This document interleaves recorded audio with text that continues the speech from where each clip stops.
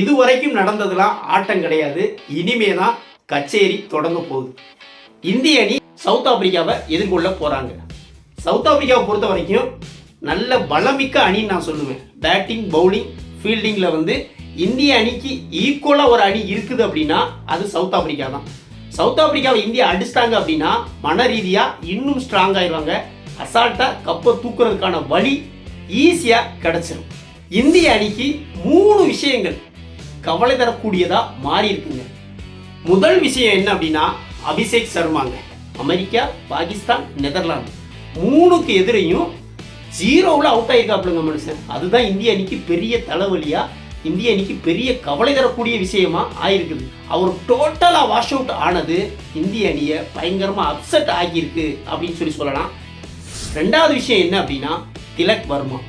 இந்திய அணி பெரிய ஸ்கோர் அடிக்க முடியாததுக்கும் இந்திய அணி சேசிங் பண்ணுறதுக்கு திணறதுக்கும் காரணம் 3வது இடத்துல இறங்கி இவர் ஆடுற அந்த ஸ்லோவான ஆட்டம் தான். இந்த திலக் வர்மா தன்னுடைய அதிரடி ஆட்டத்துக்கு திரும்ப வேண்டியது இந்திய அணிக்கு கட்டாயம். 3வது விஷயம் என்ன அப்படின்னா இந்திய அணி உள்நாட்டில் விளையாடுறாங்க. இந்த உள்நாட்டில் ஸ்பின் பவுலிங்கை எதிர்கொள்றதுக்கு அவ்வளவு திணறாங்க. பெரிய பெரிய பேட்ஸ்மேன்களை ஸ்பின் பவுலிங்கை கண்டு பயப்படுறாங்க, ரன்னை அடிக்க முடியல. அமெரிக்காவுக்கு எதிராக ஆடும்போது 2 ஸ்பின் பவுலர் தான் கண்ட்ரோல் பண்ணாங்க. நமீபியாவுக்கு எதிராக நமீபியாவோட கேப்டன் எராஸ்மஸ் 4 ஓவர் போட்டு 20 ரன்களை மட்டும் கொடுத்து 4 விக்கெட் எடுத்தாங்க மனுஷன் ஸ்பின் பவுலர். அங்கேயும் திணறாங்க. பாகிஸ்தானுக்கு எதிராக பகுதி நேர பந்துவீச்சாளரான சயூம் அயூப்ட திணறி 3 விக்கெட்டை இழந்தாங்க. அதே மாதிரி உஸ்மான் தாரிக் பந்தை எதிர்கொள்றதுல சிரமப்பட்டாங்க.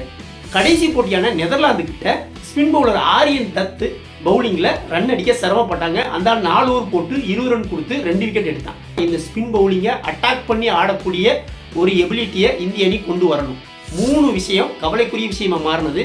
1 அபிஷேக் சர்மா, 2 திலக் வர்மா, இந்த ஸ்பின் பவுலிங்கை எதிர்கொள்றதுல உண்டான சிரமம். இந்த 3 விஷயங்கள் தான் இந்திய அணியை பயமுறுத்துகிற கவலைக்குரிய விஷயமா மாறி இருக்குன்னு சொல்லலாம்.